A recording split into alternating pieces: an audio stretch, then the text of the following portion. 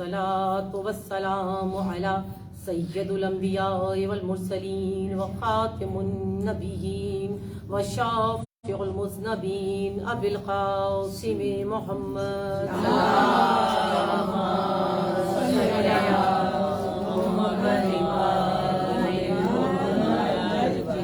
فقال جناب فاطمہ الزہرا سلام اللہ تعالی علیہا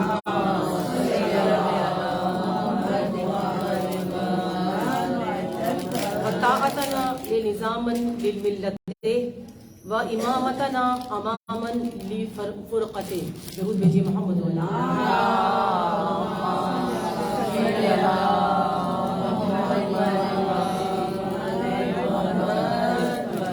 ہر سال کی طرح اس سال بھی تفسیر خطبہ جناب فاطمہ الزہرا آپ کے سامنے بیان ہو رہی ہے.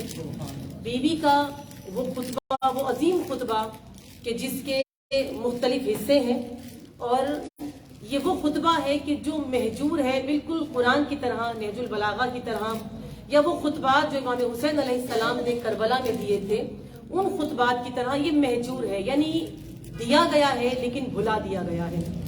ہم کربلا کا جب تذکرہ کرتے ہیں تو زیادہ تر مصائب کا تذکرہ کرتے ہیں، امام کے پیغام کا تذکرہ کم ہوتا ہے. ہم جب ولایت کا تذکرہ کرتے ہیں تو ایک لفظ، ایک جملہ ہمیں یاد ہے، اس کا تذکرہ کرتے ہیں، اصل خطبہ اس میں سے نکال دیتے ہیں. ہم اسی طرح جب فدق کا تذکرہ کرتے ہیں یا حق کے جناب فاطمہ کا تذکرہ کرتے ہیں تو ہمیں ذہن میں ایک واق کا ٹکڑا ہمارے رہتا ہے. ہم اس حق کو یاد رکھتے ہیں جو زمین کا ٹکڑا تھا، لیکن وہ حق جو حقیقی حق آئمہ کا تھا. یہ خالی بیوی اپنا حق لینے نہیں گئی، یہ معصومین کا تمام آئمہ کا حق تھا، یا یہ کہہ لیجیے کہ حق کی الہی تھا جس کو لینے کے لیے جناب فاطمہ گئی تھی. ہم اس کو بھول جاتے ہیں. کیوں مہجور ہے؟ کیونکہ ہمیں یہی نہیں پتا کہ خطبے میں بیان کیا کر رہی تھی. ہم نے ایک چیز دیکھی کہ کتنا تفرقہ ایجاد ہو جائے اتنا کر لیا جائے، یعنی ہم مخصوص شخصیات سے نفرت کرتے ہیں، انہی پر لعن طعن کرتے ہیں اور انہی کو برا بھلا کہہ کے ہم یہ دن گزار دیتے ہیں. اور ہم یہ بھول جاتے ہیں کہ بیوی کی دشمنی یا بیوی کا وہ غصہ یا بیوی کا وہ غم مخصوص شخصیات سے نہیں تھا. جناب سیدہ کا غم اس نظام سے تھا جو نظام وہ شخصیات لے کر آئی تھی.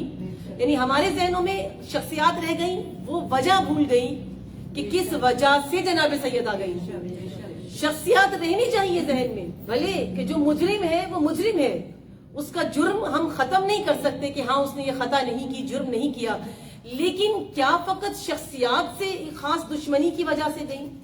ہم جب ہماری جو غم و غصہ ہوتا ہے یا دشمنی ہوتی ہے دنیاوی اعتبار سے تو ہمارے اندر وہ عقدہ بن جاتا ہے، یعنی کسی پر غصہ آیا، شدید غصہ آیا، وہ عقدہ بن گیا اور پھر وہ تا زندگی اندر ایک خلش اس کے بارے میں رہتی ہے ہمارے اندر.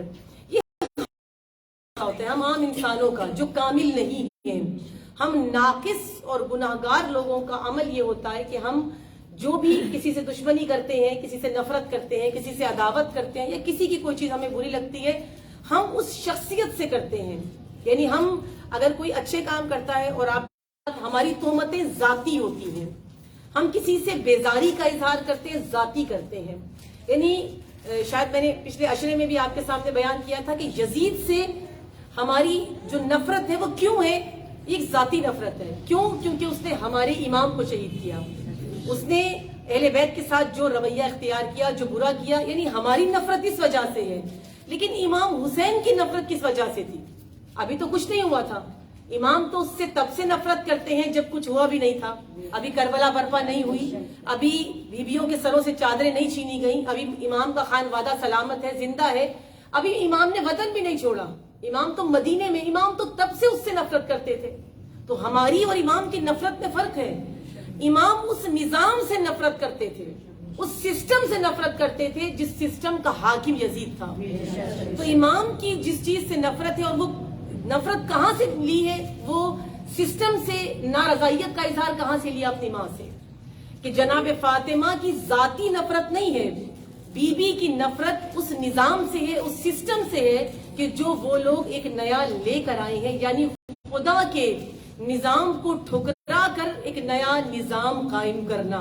اور اس میں سب سے پہلی چیز جس کو بی بی نے درک کیا اور درک کر کے اسی کو لے کے چلی، وہ تھا فدق۔ ہمارے ذہن میں فدق ایک باغ کا ٹکڑا ہے۔ میں نے بی بی کے خطبات کے کیونکہ آخری مجلس جو بی بی نے والدین کی اطاعت پر جہاں تک بیان کیا تھا وہاں تک آپ کے سامنے آخری مجلس میں بیان کیا تھا، اس سے پہلے کے امامت کے اور نظام امامت سے متعلق بی بی کے یہ جملے ہیں جن کو ہم نے اس میں تھوڑا سا بیان کیا تھا لیکن بہت زیادہ واضح نہیں کیا تھا۔ اس کو میری کوشش ہے کہ وہ وضاحت ہو جائے تھوڑی سی ان جملوں کی بی بی کے، کہ بی بی نے یہ جو عمل کیا ہے اس فدق کو استعمال کر کے، یعنی ایک بہانہ، ایک فرصت جو فدق ہے، یہ فدق کیا ہے؟ اگر آپ تاریخ اٹھا کے دیکھیں تو لگے گا کھجوروں کا ایک باغ ہے، جو ہبہ کیا تھا رسول خدا نے جناب فاطمہ کو اپنی حیات میں، اپنی زندگی میں، اور سب سے پہلا حکومت نے آتے ہی جو پہلا اقدام کیا، جو پہلا کام کیا، اس باغ پر قبضے کا کیا، اس کو اپنے انڈر کیا، قبضہ کیا۔ اگر آپ معصومین سے پوچھیں، ائمہ سے پوچھیں، سب فدق ہے، یعنی وہ سب کا سب حق مانگنے کے لیے جناب فاطمہ گئی ہے۔ اگر امام کی نگاہ میں اللہ اکبر، نعرہ رسالت یا رسول اللہ، نعرہ حیدری یا حیدری یا محمد و آل محمد صلی اللہ علیہ،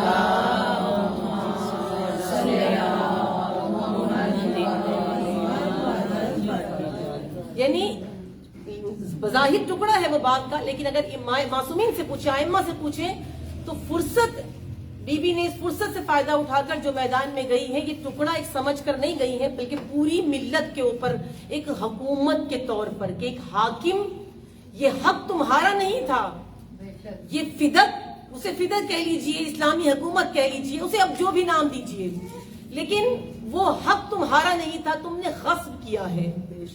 یہ جو واقعہ ہوا اور اس کو درک کیا جناب زہرا نے، جس طرح سے پہلے بیان ہوا ہے اتنے سالوں سے آپ کے سامنے، جو وہاں کا طریقہ تھا یا وہاں پر جو کچھ ہو رہا تھا، اس اعتبار سے، کیونکہ یہ واقعہ 11 ہجری کا ہے، بی بی کا یہ خطبہ، بی بی کی شہادت یہ 11 ہجری کے رسول خدا کے چند ایام کے بعد، تو بی بی سیدہ نے جو یہ عمل انجام دیا، یہ جب بی بی گئی ہے کہ آپ کوئی اور گفتگو کریں، اس میں آپ حق کی بات کرتے ہیں، آپ عام عدالتوں میں جائیں، اگر کسی کے پلاٹ پہ کسی نے قبضہ کر لیا ہے تو وہ وہاں جائے گا، جا کر دعویٰ دائر کرے گا، اپنے لیے لڑے گا، اپنے پلاٹ کے لیے لڑے گا، وہ اسی پلاٹ سے، وہ یہ نہیں کرے گا جس گھر میں میں بھی رہتا ہوں میں اس کے لیے بھی جنگ کروں، یا وہ جا کر اس جو جج ہوگا اس کو جا کر وہ دین کے احکام نہیں بتائے گا، لیکن کیا کرے گا، وہ اپنا جس پلاٹ پہ قبضہ ہوا ہے وہ اس کے بارے میں کرے گا، اس کے ثبوت پیش کرے گا، اس کے کاغذات پیش کرے گا، اس کے گواہ پیش کرے گا، وہ دین یا قرآن پڑھنے کے لیے وہاں کھڑا نہیں ہوگا۔ یعنی اگر بات فقط فدق کی تھی، یعنی فقط ایک باغ کے ٹکڑے کی تھی، تو جناب سیدہ کا اتنا بڑا خطبہ یعنی معمولی خطبہ نہیں ہے، اور جس میں جناب سیدہ نے اتنے غم و غصے کے باوجود، اتنی دل کو تکلیف ہونے کے باوجود، سقیفے کے حاکم اپنی طرف سے امت کا چن جانے کے باوجود، جناب سیدہ نے جا کر سب se پہلے حمد و ثناء پروردگار عالم بیان کی ہے۔ یعنی یہ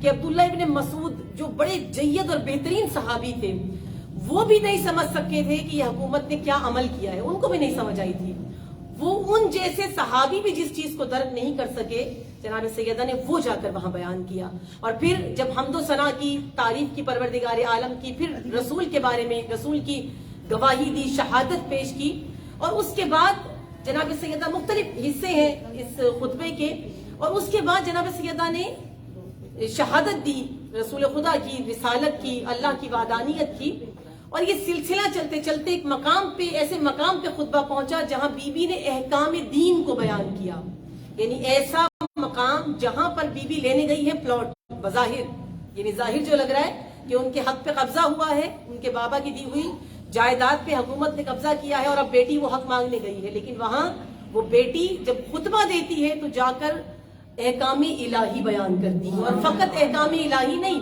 سارے احکام بتائے جو دین میں موجود تھے، اور ولایت کے اعلان کے بعد خدا نے دین کی کاملیت کا بھی اعلان کر دیا، سب ہو گیا، احکام تو پتہ چل گئے، لیکن احکام کا فلسفہ کیا تھا، میں حجاب کروں تو کیوں کروں، میں نماز پڑھوں تو کیوں پڑھوں؟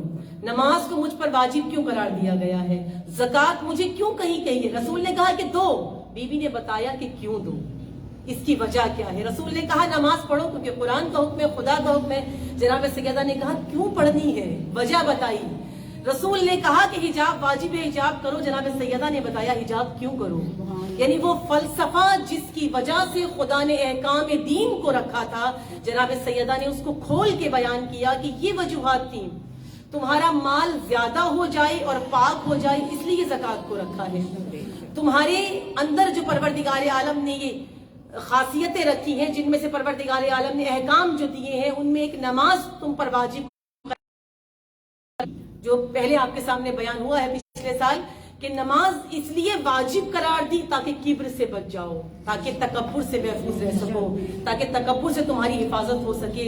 نماز کو اس لیے تم پر واجب، یعنی وجوہات بتائیں کہ واجب کیوں قرار دیا ہے تم پر حجاب، کیوں تمہیں باوقار بنانے کے لیے پہنچا کر، دین پہنچا کر، سب بتا کر، اور آخری خطبہ بھی دے کر رسول ان کے درمیان سے کچھ عرصہ پہلے گئے ہیں، لیکن بی بی ان کو احکام دین اور ان کا فلسفہ بتا رہی ہے۔ اور پھر بتاتے بتاتے جناب سیدہ ایک مقام پر پہنچی، اور کوئی چیز، جتنے احکام ہے، جتنے بھی احکام ہیں، جناب سیدہ نے ایک حکم خدا بھی نہیں چھوڑا پورے خطبے میں، جتنے، یہاں تک کہ والدین کی اطاعت کا، بی بی نے یہ بھی نہیں چھوڑا کہ ان کی اطاعت کو واجب کیوں قرار دیا گیا ہے، یہ بھی، یعنی ہر چیز، جو کچھ احکامات پروردگار عالم تھے، ایک چیز کا فلسفہ بیان کیا۔ یہاں تک کہ وہ جو اکثر پوچھتے ہیں کہ امامت کیوں رکھی گئی، ولایت کو کیوں رکھا گیا، اس نظام کو کیوں رکھا گیا، کیا کہ وہ چیز جس سے ہم بہت پیچھے ہیں، شاید اس چیز کو ہم صحیح طرح درک نہیں کر سکے۔ ہم میں سے بہت سے، یا یہ کہہ لیجئے کہ اس خاندان سے ہوتے ہوئے، خاندان بنی ہاشم سے یا اولاد فاطمہ سلام اللہ علیہا سے ہوتے ہوئے سے تعلق نہ رکھتے ہوں، لیکن وہ بہت اچھی طرح سمجھ گئے کہ یہاں بی بی کہنا کیا چاہتی ہیں، یہاں بنت پیغمبر پیغام کیا دینا چاہتی ہے، کہنا کیا چاہتی ہے۔ بی بی سیدہ نے کیا فرمایا کہ پروردگار عالم نے ہماری اطاعت کو، امت پر جو اطاعت واجب قرار دی ہے، وہ کیوں قرار دی گئی ہے؟ کیونکہ امت میں ہم آہنگی پیدا ہو جائے، یعنی امت میں ہم آہنگی کا ذریعہ قرار دیا ہماری اطاعت کو، ائمہ کی اطاعت کو، معصومین کی اطاعت کو، اور پھر کہا کہ ہماری امامت کو، یعنی معصومین جن کو امام مانتے ہیں، معصومین کو جن کو امام مانتے ہیں، جو 12 امام ہیں ہمارے، ان کی امامت کی وجہ بیان کی کہ کیوں امام قرار دیے۔ ہمارے ذہنوں میں تو یہی ہے نا کہ فقط اس لیے کہ ہدایت ہو کے لیے خدا نے امام آخر تک کو رکھا، تاکہ جب تک یہ دنیا باقی ہے امام باقی ہے، اور امام ہر آنے والے کی ہدایت کے لیے ضروری ہے۔ جناب سیدہ نے فلسفہ بیان کیا، امامت کیوں رکھی گئی؟ بی بی نے کہا کہ امامت اس لیے رکھی گئی تاکہ تم تفرقے سے بچ جاؤ، یعنی ہماری بی بی نے کہہ دیا حق تو یہ تھا کہ جملہ ادا ہوتے ہی سمجھ میں آ جائے، پڑھتے ہی سمجھ میں آ جائے، لیکن ہم پڑھتے ہی ہمیں سمجھ میں نہیں آتا۔ ہم کیا کرتے ہیں، ہمیں تفسیر چاہیے ہوتی ہے، ہمیں اس کا ترجمہ چاہیے ہوتا ہے، ہمیں اس کے سیاق و سباق چاہیے ہوتے ہیں کہ بیان کیا کر رہی ہے، کون سا تفرقہ تھا جس کی وجہ سے امت میں امامت و ولایت کو رکھا ہے پروردگار عالم نے۔ ایک نگاہ یہ امت ہم سب اپنے اوپر رکھیں، اور پھر دیکھیں بی بی کا یہ جملہ، آپ سب امامی ہیں، ہم کسی اور کی کیا بات کریں، ہم کسی اور پر کیا لان تان کریں، ہم کسی اور کو کیا برا کہیں۔ جو امامی ہیں، جو معصومین کو مانتے ہیں، جو ائمہ کو مانتے ہیں، جو 12 اماموں کے ماننے والے ہیں، کیا وہ امامت تو اسی لیے تھی، بی بی فرما رہی ہے، میرا جملہ نہیں ہے، کہ امامت کو اس لیے رکھا، ولایت کو اس لیے رکھا تاکہ تم تفرقے سے بچ جاؤ، لیکن ہم سب سے زیادہ تفرقے میں مبتلا ہیں۔ آج ہم جو تقسیم ہو چکے ہیں، کوئی یہی ریزن یہی ہے نا کہ سوال نہیں کریں گے ایسا کیوں ہے، امام نے کہا ہے تو پھر ہے، یعنی معصوم کی اطاعت اس طرح واجب ہے کہ جو معصوم نے کہہ دیا وہ ہے، آپ نے کرنا ہے، اس میں سوال کی گنجائش نہیں ہے، اس میں سوال در سوال، یعنی حکم پر سوال صادر نہیں ہوتا۔ آپ اس وقت کے لوگ معصوم سے سوال کرتے تھے، اور اس کی بھی توجیحات پیش کی امام نے، اس کے بھی جواب دیے، وہ سب موجود ہیں۔ آپ سوال در سوال نہیں کر سکتے جو حکم صادر ہو چکا. اب جس طرح آپ پر نماز واجب ہے، اب آپ پہلے مصلی پر بیٹھے گئے، پروردگار اب پہلے مجھے یہ بتاؤ یہ حکم صادر کیا گیا ہے، میں کیوں پڑھوں؟ اگر یہ سب کچھ نہیں کرنا تھا تو اس اسلام کے دائرے میں داخل کیوں ہوئے؟ پھر تو دور رہو. اگر ہر چیز پر سوال اٹھانا ہے پھر یہاں آنے کی ضرورت نہیں ہے. پھر وہیں ٹھیک ہو، اس طاغوتیت میں ٹھیک ہو. جب اطاعت آ جائے پھر اس کے بعد آپ جدا نہیں ہو سکتے، آپ میں تفرقہ نہیں ہو سکتا، کیونکہ جو حکم صادر ہو رہا ہے، جو حکم آ چکا ہے، اس پر آپس میں بحث نہیں بنتی. آپ میں کیونکہ میں نے بی بی کا جملہ پڑھا ہے، آپ مجھے کہیں گے آپ نے غلط پڑھا ہے. بی بی کا جملہ ہے جناب سیدہ کا، میرا اپنا جملہ ہو، میری اپنی بات ہو. ہم جب اکٹھے مل کے بیٹھتے ہیں، آپس میں کوئی گفتگو کرتے ہیں، جب ہم جاتے ہیں برائی ہوتی ہے کہ یہ جملہ یہ کہہ کر چلا جائے. اس میں تو ممکن ہے کہ آپ اس کے بارے میں شک کریں کہ یہ کہہ سکتا ہے، لیکن جناب سیدہ نے کہا ہے، خود معصوم نے کہا ہے وہ جملہ. اور ہم تفرقے میں کیوں پڑ گئے؟ کیونکہ ہم سب اگر متفق ہیں تو اسی بات پر کہ امام 12 ہے. عموماً میں اکثر یہ کہتی ہوں کہ یہ ممبر کا ٹاپک نہیں ہے، مطلب جہاں پر آپس میں جھگڑا یا فساد ہو، ایسا کوئی بھی ٹاپک ممبر کا نہیں ہے جو فسادی ٹاپک ہو. یعنی جہاں پر آگے آپس میں اختلافات پیدا ہو جائیں، فساد پیدا ہو جائیں، ان کو چھیڑنا بھی نہیں چاہیے. اور پھر جب آپ اس کے بعد ہم نے شہزادی کونین بلند تر صلوات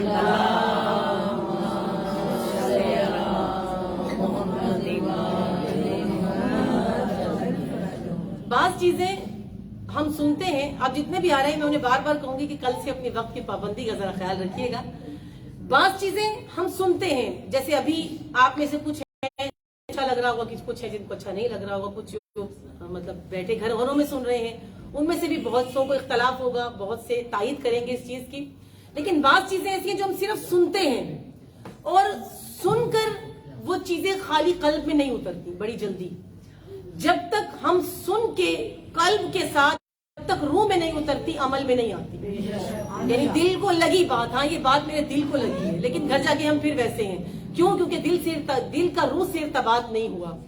جس وقت یہ کوئی بھی بات، کوئی بھی پیغام، کوئی بھی میسج کسی بھی معصوم کا، نہ کہ میرا، اگر آپ کے دل میں اتر کر آپ کی روح تک پہنچ گیا تو آپ کا وجود عمل کرنا شروع کر دیتا ہے. آپ کی روح سے آپ کے قلب کا ارتباط جڑنا، ان کا آپس میں ملاپ ہونا یہ بہت ضروری ہے. بعض اوقات دل دھڑکتے ہیں، ان کو کہتے ہیں زندہ لاشیں، یہ چلتی پھرتی لاشیں ہوتی ہیں، ان کا روح سے ارتباط نہیں ہوتا. دل دھڑک رہا ہوتا ہے، کہتے ہیں زندہ ہیں، لیکن یہ زندہ چلتے بھی ہیں، پھرتے بھی ہیں. روح سے وجود کا، اس دل کا ارتباط نہیں ہوتا، اس لیے عمل نہیں کرتے. تو جو بھی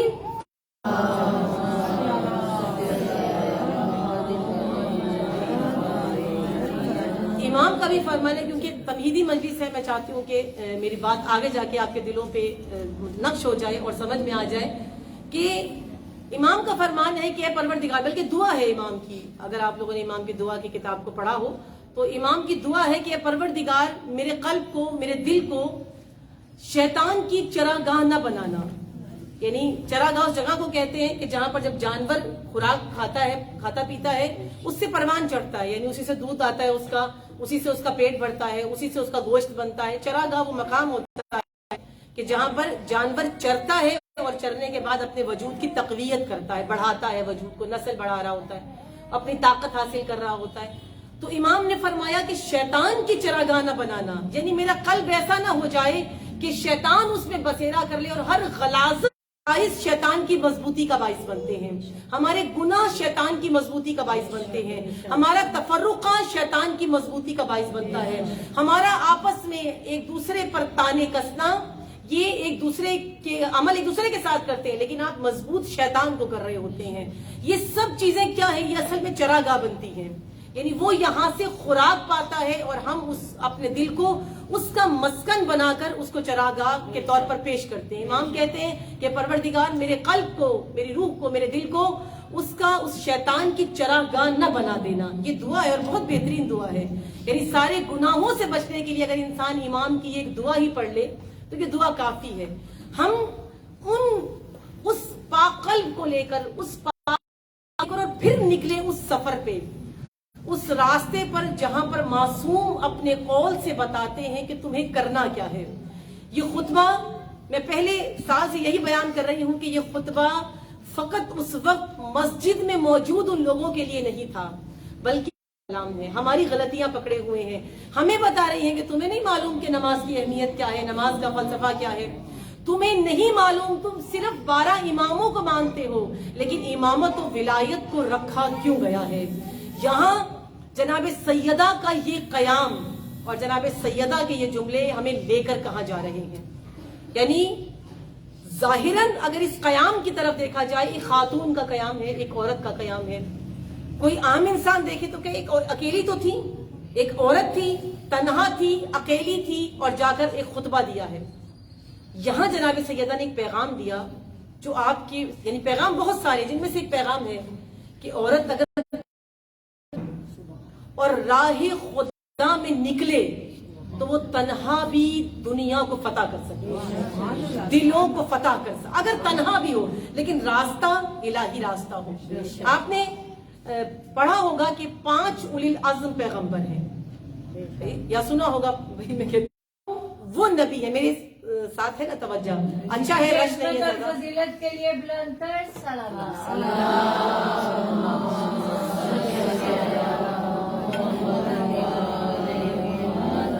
لبیک یا زہرا، لبیک یا زہرا، لبیک یا زہرا، لبیک یا زہرا، لبیک یا زہرا، لبیک یا زہرا. پاک بی بی ذات بلند تر صلوات.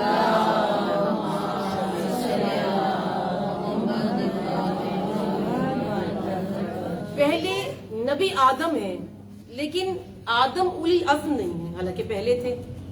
یعنی کہ ہم سب کے باپ، جو خدا کی پہلی مخلوق، پہلی تخلیق خدا کی، اور خدا نے دنیا میں بھیجا ایک انسان کو تخلیق کر کے خدا بھیج رہا ہے، نبی کا رتبہ دے رہا ہے، نبی کا مقام دے رہا ہے. لیکن اولی العزم،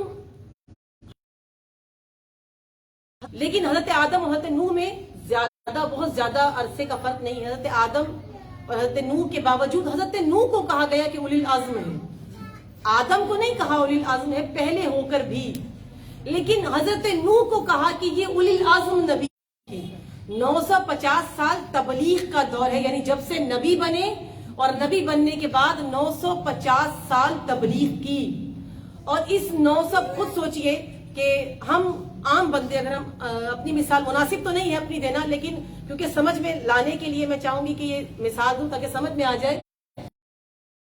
میں اگر اپنی بات کروں، ایک عام خاتون ہوں میں، ہم لوگ جب کوئی تبلیغی مجلس کرتے ہیں، کوئی درس کرتے ہیں، 500 باتیں ایسی ہیں جو ہمیں سننی پڑتی ہیں. یعنی کئی اختلافات ہیں، کئی باتیں ہیں، کئی تانے ہیں، بہت سی چیزیں ہیں کہ یہ اب زیادہ عالم ہو گئے ہیں، اب ان کو زیادہ پتہ ہے دین کا، یا کچھ بھی کہ معصومین کے علاوہ. یہ انسان جواب دینے پہ آتا ہے کہ بس اب بس ہو گئی ہے، اب اس کا جواب دیا جائے. لیکن اگر جواب ہی نہ دیا جائے اور اپنے کام میں انسان لگا رہے، یعنی یہاں اگر جواب دیں تو اس کا مطلب ہے ارادہ کمزور تھا، اب برداشت ختم ہو گئی ہے. لیکن اگر جواب نہ دیا جائے اور اپنا کام جاری رکھا جائے، اس کا مطلب ہے ارادہ مضبوط ہے اور کام الہی ہے. یعنی ارادہ مضبوط ہو جائے اور کام الہی ہو جائے، پھر انسان باتوں پر توجہ نہیں دیتا. 950 سال لوگوں نے کہا مجنون ہے، لوگوں نے کہا پاگل ہو چکا ہے، لوگوں نے کہا دیوانہ ہے، لوگوں نے پتھر مارے، سنگریزی کی، لوگوں نے ساتھ نہیں تھی، اپنا بیٹا ساتھ نہیں تھا، اپنی ماں ساتھ نہیں تھی، یہ سب ساتھ چھوڑ چکے تھے. کوئی بھی ساتھ نہیں دے رہا تھا حضرت نوح کا، کسی نے ساتھ نہیں دیا. لیکن حضرت نوح نے نہ تو بدلہ لیا، نہ انتقام لیا، نہ حضرت نوح نے ان کو کوئی جواب. لیکن ارادہ اتنا الہی ہے، ارادہ اتنا مضبوط ہے، یعنی عزم ایسا ہے، ارادہ ایسا ہے کہ اس کو کوئی ہلا نہیں سکتا اپنی مقام سے. اسی لیے کہا کہ یہ اولی العزم ہے. یعنی جہاں آپ کے ارادے اتنے پختہ ہو جائیں اس نبی الہی کے ارادے کہ جہاں پر کوئی انسان اس کی کوئی بات، اس کی کوئی گفتگو، اس کی کوئی تکلیف دی ہوئی، اس کی کوئی اذیت دی ہوئی، اس کو کچھ نہ کہے بلکہ اپنی راہ پر گامزن رہے، خدا اس کو کہتے ہیں اولی العزم ہے۔ حضرت نوح کی مثال کیوں دی میں نے؟ ارادہ حضرت نوح کا اتنا مضبوط تھا، اتنا مستحکم ارادہ تھا کہ کوئی حضرت نوح کو 950 سال معمولی بات نہیں ہوتی۔ ہم زبان سے کہہ رہے ہیں کہ کہنا آسان ہے، 50 سال کم 1000 سال جو تبلیغ کر رہا ہو اور ہر ماحول کو برداشت کر کے وہ تبلیغ کرے، یعنی جو پورے عزم سے نکل رہا ہے، خدا اس کو کہتا ہے اولی العزم ہے۔ اور جو اپنے اقدام کو ارادے کے ساتھ، جس کے ساتھ امت نہیں ہے، ایک ایک دروازے پر دستک دے رہی ہے، کوئی ساتھ دینے والا نہیں ہے، کوئی دروازہ نہیں کھولتا، اور اگر کھولتے ہیں وہ جو رسول کے دور میں کتنا احترام کرتے تھے، اب دروازہ نہیں کھولتے۔ جو رسول کے دور میں سر کو جھکا لیتے تھے دیکھ کر، اب وہ سر کو جھکانا تو دور کی بات ہے کہ دروازوں کو کھولنے کی بھی، اور دروازہ اگر کھولتے ہیں، اور تاریخ اسلام اٹھا کر دیکھیے، بی بی جس دروازے پر گئی ہے، کسی بھی دروازے پر بی بی نے یہ نہیں کہا کہ گواہی دو کہ فدق میرا تھا، کہیں نہیں کہا۔ یعنی ہم نے اس خطبے کا رخ لوگوں نے موڑا اور ہم مڑ گئے کہ فدق کی طرف ہے۔ بی بی فدق آخر دیا تھا، اس میں جو ولایت کا اعلان کیا تھا، تمہیں یاد ہے؟ سب نے کہا ہمیں بھول گئے، ہمیں یاد۔ فدق کا نہیں سوال تھا، وہاں فدق نہیں پوچھا، وہاں پوچھا کہ وہ اعلان ولایت یاد ہے؟ یعنی یہاں وہ چیز جو ہم تفرقے میں استعمال کرتے ہیں، یہی وحدت کا ذریعہ قرار دینا چاہیے، یہی وحدت ہے۔ ہمیں جس نے بکھیر دیا ہے وہی تو جوڑ رہا ہے۔ بی بی جس نظام کی بقا کے لیے اپنے عزم نکلی ہے، وہ نظام ولایت تھا۔ کیوں گئی؟ اتنا ارادہ مضبوط کر کے، تکلیف میں تھی جناب سیدہ، بہت اذیت میں تھی۔ ابھی بابا دنیا سے گئے تھے، بہت تکلیف کے بعد جب باغ چھنا ہے، بی بی گئی ہے وہاں، اور کیوں رکھا گیا تھا تمہیں معلوم ہی نہیں، تم بھول چکے ہو، محجور ہو چکی ہے ولایت۔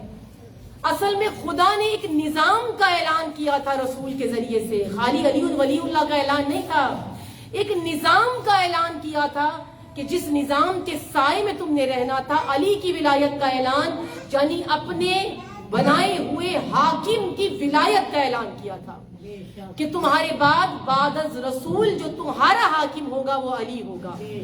تم نے اس کو بھلا دیا، تم خدا کے نظام سے باہر نکل گئے اور نظام کو بھلا کر تم نے دوسری طرف اپنے آپ کو غافل کر دیا، اور تم نے ایک نیا نظام قائم کر لیا ہے۔ یعنی جناب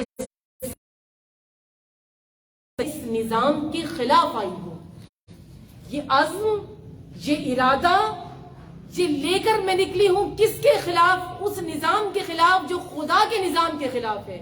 رسول کی حدیث ایسے ہی رسول نے نہیں کہا تھا کہ غضب فاطمہ غضب خدا ہے، ہم غضب الہی کی وجوہات ہیں۔ جناب سیدہ کا غضب ذاتی غضب نہیں ہے، لوگوں نے نظام الہی کو چھوڑ دیا، نظام الہی کو توڑ دیا، نظام الہی کے بدلے ایک نیا نظام قائم کر رہے ہیں۔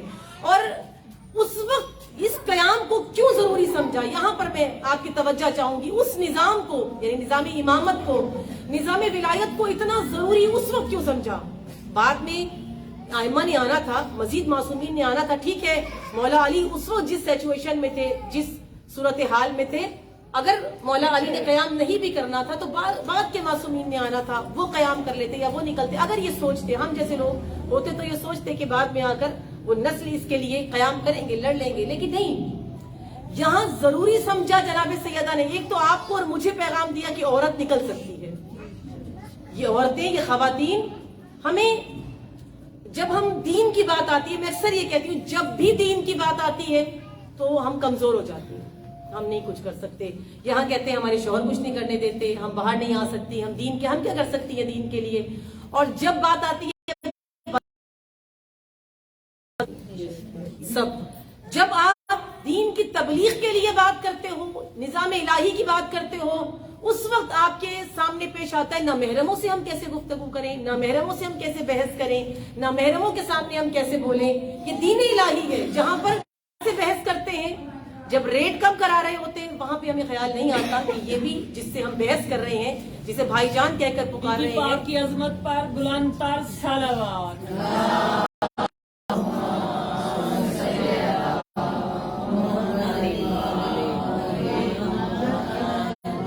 وہاں ہم ہر جگہ پہ باہر نکل سکتی ہیں، لیکن جہاں نکلنا چاہیے وہاں پہ ہمارے اوپر پابندی ہے کہ نہیں جی یہاں یہ نہیں کر سکتے اور وہاں وہ نہیں کر سکتے۔ بی بی نے پہلا پیغام کی بات آئے، جہاں نظام امامت کی بات آئے وہاں پر گھروں میں نہیں بیٹھنا۔ وہ وقت ہوتا ہے، یعنی ذہن میں یہ ہے کہ فدق کے لیے گئی ہیں، نہ آتے ہی اتنا بڑا خطبہ دینا، بہت بعد میں جا کر کہیں فدق کا تذکرہ ہے۔ پہلے تو تذکرہ ہی سارا احکامات الہی کا ہے، پہلے تو تذکرہ ہی ساری احکام خدا کا ہے، پہلے تو اہمیت بیان کی ہے قرآن کی، رسول کی، رسالت کی، امامت کی، ولایت کی، نظام کی، پہلے یہ سب کے لیے گئی ہیں۔ بی بی کا یہ خطبہ اگر پڑھو تو لگتا ہے کہ جناب فاطمہ زہرا نہیں، جناب فاطمہ یہاں بیوی نہیں ہے، یہاں مدافع ہے، یہاں دفاع کرنے والی ہے۔ بیوی کا جو سب سے پہلی چیز بعد از رسول کی زندگی میں بھی رسول کی مدافع تھی جناب سیدہ، قیام کیا کہ جہاں بتایا اگر عورت تلوار نہیں اٹھا سکتی تو زبان سے قیام کر سکتی ہے، اپنے عمل سے قیام کر سکتی ہے۔ اور پھر قیام بھی یوں نہیں کیا کہ سر سے ردا کو اتار دیا اور واہ ویلا کرتی ہوئی، نہیں، بلکہ جتنا حجاب کرتی تھی اس سے زیادہ حجاب کیا، اس سے زیادہ پردہ کیا، اور اس سے بڑھ کے پردہ کر کے بی بی اس میدان میں گئی ہے۔ یہاں پر قیام کی وہ تو خود مدعی ہے۔ اگر مولا علی جاتے مسجد میں، اور وہ کیونکہ مولا علی سے بہتر کون خطبہ دے سکتا ہے؟ مولا علی جس کی فصاحت اور بلاغت کی گواہی تو خود فرشتے دیں، وہ علی مرتضیٰ، ان سے بہتر کون بیان کر سکتا تھا کہ حق کے ولایت کس کا ہے؟ لیکن مولا علی نہیں گئے، کیوں؟ کیونکہ کل کو تاریخ میں لکھا جاتا کہ دو لوگ تھے جنہوں نے حکومت کے لیے جنگ کی تھی، جیسے ایک برسر اقتدار ہے اور دوسرا دھرنے دیتا پھر رہا ہے، دوسرا کنٹینرز پہ پھر رہا ہے، ایسا ہی ہے نا۔ اب تاریخ میں کیا لکھا جائے گا کہ ایک وقت ایسا تھا کہ ایک برسر اقتدار تھا اور دوسرا اس اقتدار کو پانے کے لیے اس کے پیچھے تھا۔ اگر عوام، جن کے دل میں عوام کا درد ہوتا ہے، وہ گھر بیٹھ کر بھی عوام کا کام کر سکتے ہیں، وہ اپنے مال سے بھی عوام کا کام کر سکتے ہیں، وہ کی جنگ ہو رہی ہے۔ اگر مولائے کائنات آتے تو لکھا جاتا کہ ایک کرسی کے لیے دو اشخاص کی جنگ تھی، دو لوگوں کی جنگ تھی، ایک داماد پیمبر تھے اور ایک اصحاب پیمبر تھے، تاریخ لکھتی۔ لیکن یہاں جناب سیدہ کا خطبہ بتا رہا ہے کہ مدعی خود نہیں آیا، پہلے مدافع آئی ہے، ولایت کا دفاع کرنے والی جناب سیدہ آئی ہے، اور عزم کے ساتھ، مکمل ارادے کے ساتھ آئی، اور آ کر یہ نہیں کہا کہ اترو یہ علی کا حق ہے، بلکہ بتایا کہ ولایت ایک ایسا نظام ہے کہ جس کو پروردگار عالم نے رکھا ہی اس لیے تھا کہ تم تفرقے سے بچ جاؤ۔ تم جو آج تقسیم ہو چکی ہے اور قیامت تک، اور ضرورت کیوں پیش آئی؟ کیونکہ بی بی دیکھ رہی تھی کہ 1400 سال بعد کیا ہونے والا ہے۔ آج تک ولایت ہماری نظروں میں محبت ہے، نظام نہیں بن سکا۔ ہم اس نظام کے لیے کیا کر رہے ہیں؟ کچھ نہیں۔ آج بھی آپ فقط الاجل کر رہے ہیں۔ اس امام نے آ کر کیا کرنا ہے؟ صرف ظہور کرنا ہے، صرف آپ نے روشنی دیکھنی ہے، صرف نور دیکھنا ہے، آپ کی دعائیں قبول ہونی ہے، بے گھر کو گھر ملنا ہے نا۔ امام نے آنا ہے، نظام کو قائم کرے گا اور نافذ کرے گا اس نظام کو، اس کے لیے جناب فاطمہ پہلے انتظام کرے گی، جس لیے تکبیر،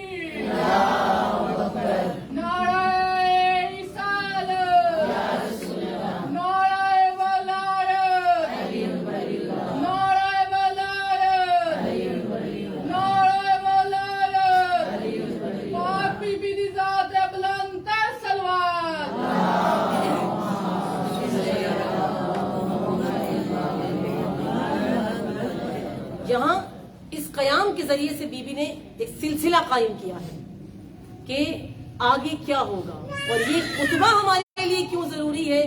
کیونکہ اس قیام کی راہ میں اس وقت ایک مدافع تھی، ولایت کی ایک مدافع تھی، اور آج ولایت کے ہزاروں مدافع بن سکتے ہیں، کیونکہ خطبہ آ چکا ہے، بی بی کا میسج، امامت کا، ولایت کا، معصومین کا پیغام آ چکا۔ پیغام کے بعد آپ یہ نہیں کہہ سکتے کہ ہمیں نہیں پتا تھا کہ اس دور میں ہم نے کیا کرنا تھا۔ اس دور میں کیا کرنا تھا یہ جناب سیدہ نے ہمیں بتایا ہے. ولایت کے اس قیام کے لیے نکلتا ہے, اس نظام کے لیے نکلتا ہے, خدا اسے مقام عطا کرتا ہے. کبھی آپ نے اس چیز کو محسوس کیا ہے, میں جانتی ہوں آپ ذرا تھوڑا تھک گئے ہوں گے, لیکن ہم نے مرثیہ وغیرہ کے سلسلے کو اسی لیے ختم کیا تھا تاکہ ہم اپنی گفتگو, اپنا پیغام کا رتبہ باقی آئمہ معصومین سے جدا کیا گیا. اور کیسے جدا ہے, میں یہ نہیں کہہ رہی کہ ان سب سے افضل ہے, بلکہ باقی 12 میں ان کا قیام, ان کا رتبہ اس لیے ہے کہ زیارات کی زیادہ تر جتنے بھی احکامات ہیں امام کے زیارت کے اعتبار سے وہ ملیں گے. اجر و ثواب امام حسین کی زیارت کا جتنا ہے باقی معصومین کی زیارت کا, جو امام حسین کا بیان ہوا ہے, رسول خدا کی بھی احادیث موجود ہے کہ ان کے 90 حج اور 90 عمروں کا ثواب ہے. مطلب باقی معصومین کے بارے میں رسول کی یہ حدیث موجود نہیں ہے, یعنی زیارت کے بھی بہت زیادہ اجر و ثواب جو امام حسین کا ہے باقی معصومین کا نہیں ہے. اسی طریقے سے باقی بہت ساری چیزیں ایسی ہیں جو خصوصیات امام حسین کو نصیب ہوئی ہیں, جیسے خاک شفا کا, امام حسین کے لہو کا گرنا اور خاک شفا کا, اس خاک کا خاک شفا قرار دینا, امام حسین کے روزے پر جا کر باب الحوائج امام حسین ایک طرح سے ہیں, اور ان کے روزے پر جا کر دعاؤں کا قبول ہونا, اجسام کا پاک ہونا, روحوں کا اس روزے پر جا کے پاک ہونا, اور بہت سے اجر و ثواب جو امام حسین کو ملے ہیں وہ باقی آئمہ کو وہ نہیں ملے. ان معصومین میں ایک مقام جو امام عصر کا ہے وہ باقی معصومین کا نہیں ہے. یعنی ایک لحاظ سے امام, یعنی باقی معصومین کے بارے میں احترام بہت زیادہ ہے, لیکن ایک لقب ہے جو امام علی رضا علیہ السلام نے بیان فرمایا ہے امام کا. اکثر روایتوں میں ہے کہ امام خود کھڑے ہو جاتے تھے. یہ امام حسین, پھر امام عصر اور جناب سیدہ, ان کا مقام بڑا مختلف ملے گا معصومین میں, اور اماموں میں امام حسین اور امام آخر کا. وجہ کیا ہے؟ کیونکہ امام حسین نے نظام ولایت کے لیے اپنے دور میں قیام کیا ہے. اس نظام کے لیے, اس نظام کی بقا کے لیے امام حسین نے قیام کیا, اور معمولی قیام نہیں تھا.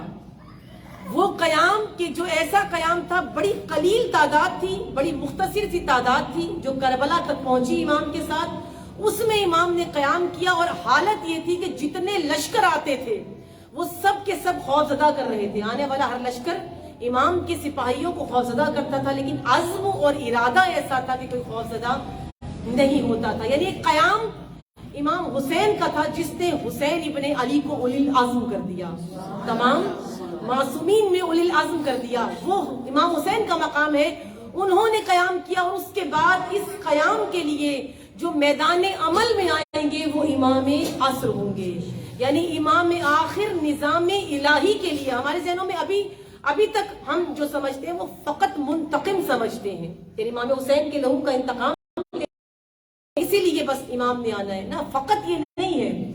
انتقام کے ساتھ وہ نظام ہے. جب تک نظام الہی قائم نہ ہو جائے, جب تک یہ ولایت کا نظام نہ قائم ہو جائے, جب تک جناب سیدہ کا یہ قیام اختتام پر نہیں پہنچ سکتا. کا فرمان ہے, امام ششم کہتے ہیں کہ کاش میری آرزو ہے کہ میں اپنے آخری فرزند یعنی امام عصر کے ناصرین میں سے ہوتا, ان کے مددگار. یعنی امام خود, جو خود امام اتنا عظیم مقام جس کو ملا ہے, وہ کہہ رہے کہ میری آرزو ہے کہ کاش میں ان میں سے ہوتا, ان مددگاروں میں, ان مدافعین. کتنا بڑا مقام ہے. اور میں یہ سمجھتی ہوں کہ کتنا بڑا مقام ہے کہ ان مدافعین کو زیارت قبر جناب سیدہ ہو جائے گی. یعنی بی بی کا احتجاج, بی بی کا قیام جاری ہے. اور یہ قیام کا اختتام کب ہے؟ یہ احتجاج مخصوص شخصیات کے ساتھ نہیں ہے, یہ احتجاج شروع ہوا ہے ولایت کے لیے, یہ احتجاج شروع ہوا ہے نظام الہی کے لیے, یہ احتجاج شروع ہوا ہے نظام پروردگار عالم کے. اور اس کا اختتام کب ہوگا؟ جب اللہ کا نظام قائم ہو جائے گا.